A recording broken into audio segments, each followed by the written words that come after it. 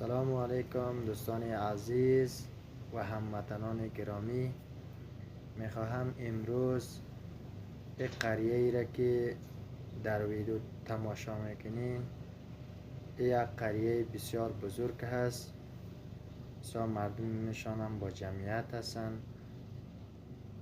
یعنی یک قریه را برای شما نام میبرم.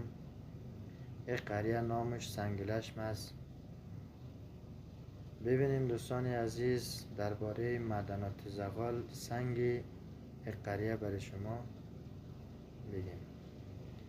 دوستان عزیز ببینین این یک معدن زغال سنگ است که دوستا بیادرای من اینجا کار میکنن.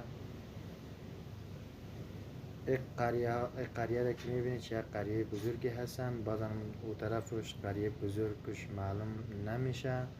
جایی هستیم که دیگر نمیتوانیم ویدیو بگیریم از اونجا. بعد دوباره انشالله یک ویدیو میگیریم براتان نشر میکنیم. دوستان عزیز ببینیم و شما از همین معدن زغال سنگ تمام همه قریه استفاده میکنم. زغال سنگ هستن. این را اگر حکومت داشته باشیم، اگر ما و شما یعنی صلح باشیم وسطمان، میتوانیم این معدن زغال را واز بکنیم. بسیار یک معدن زغال سنگ بزرگی هستن اینجا. یعنی مردم به خاطر رفع زندگیشان از اینجا زغال میبرند.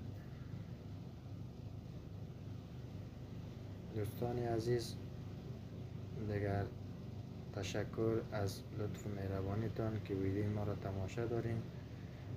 بازم یادتان نره سابسکرایب بکنین ویدیو ما را. همیشه برای شما میخوام